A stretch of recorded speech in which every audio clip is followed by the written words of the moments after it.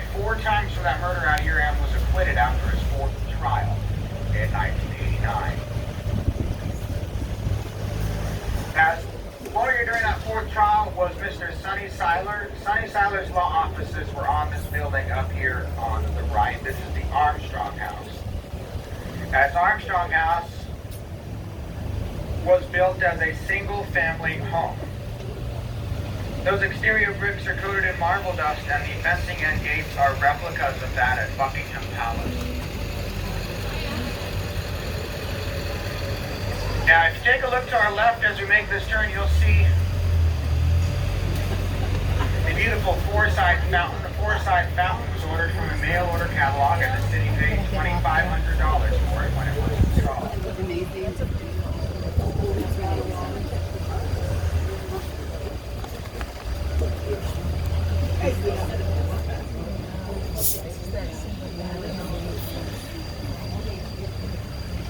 Now we're going to come through here. It's going to be a little bit tight, so please make sure your arms are completely inside. Looks like we have another trolley broken down up here. Bear with me for just a few. That is the home of Richard Kessler. He is a major philanthropist and real estate developer down here in the city. Now we're going to come down here. We are going to have to take a little bit of a trick. They're giving some trees out here a little bit of a haircut. It gives me a good chance to talk about the civil rights movement of Savannah. And that started when students got together and held lunch counter sit-ins at 8 different department stores down here in Savannah. All of those students were arrested. And it kickstarted a voter registration drive, which its aim was to help elect a moderate city council. They were successful in November of 1963. Now, after electing that moderate city council, they desegregated the city of Savannah in October of 1963. Now, that was 8 months before the passing of the Civil Rights Act of 1964.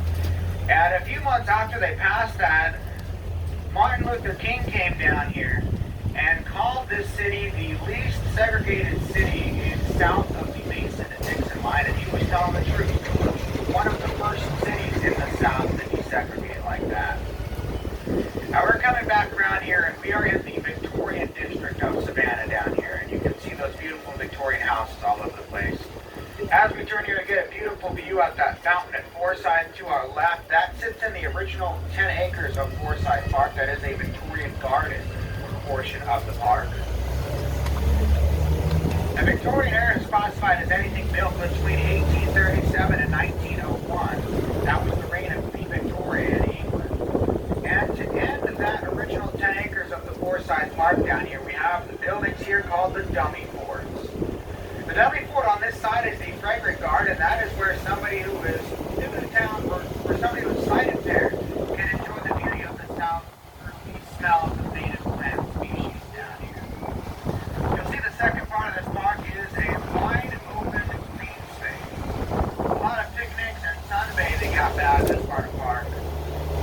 They will set up the Georgia Farmers Market out there on the center of the park on Saturday morning.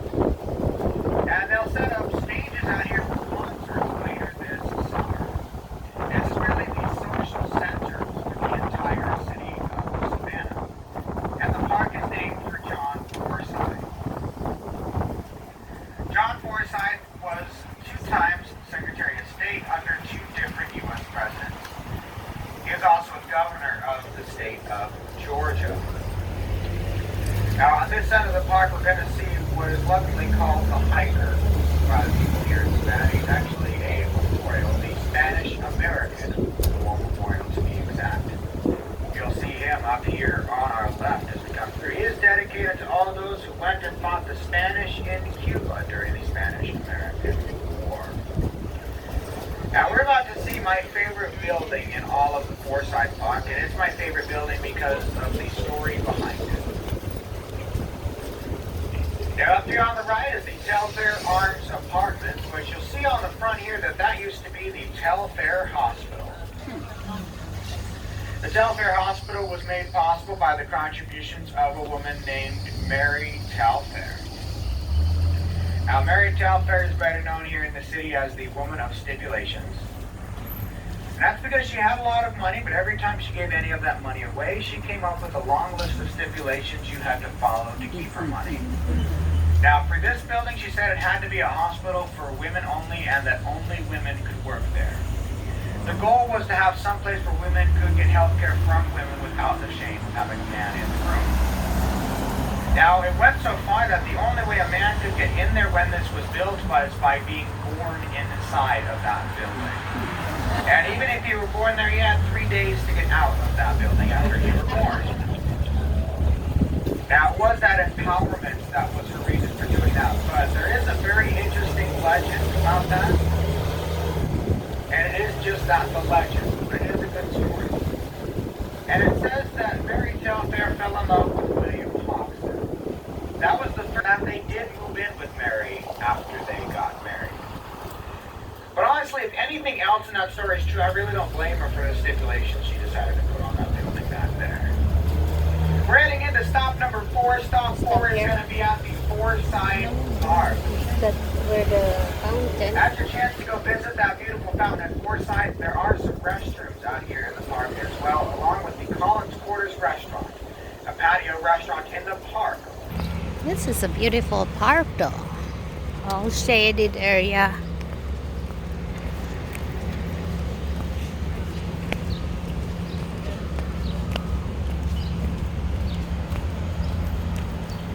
Clean. Very nice.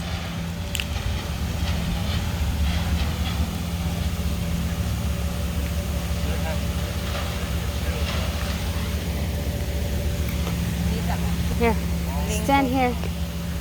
We'll do a selfie. Do a selfie. Okay, hold on.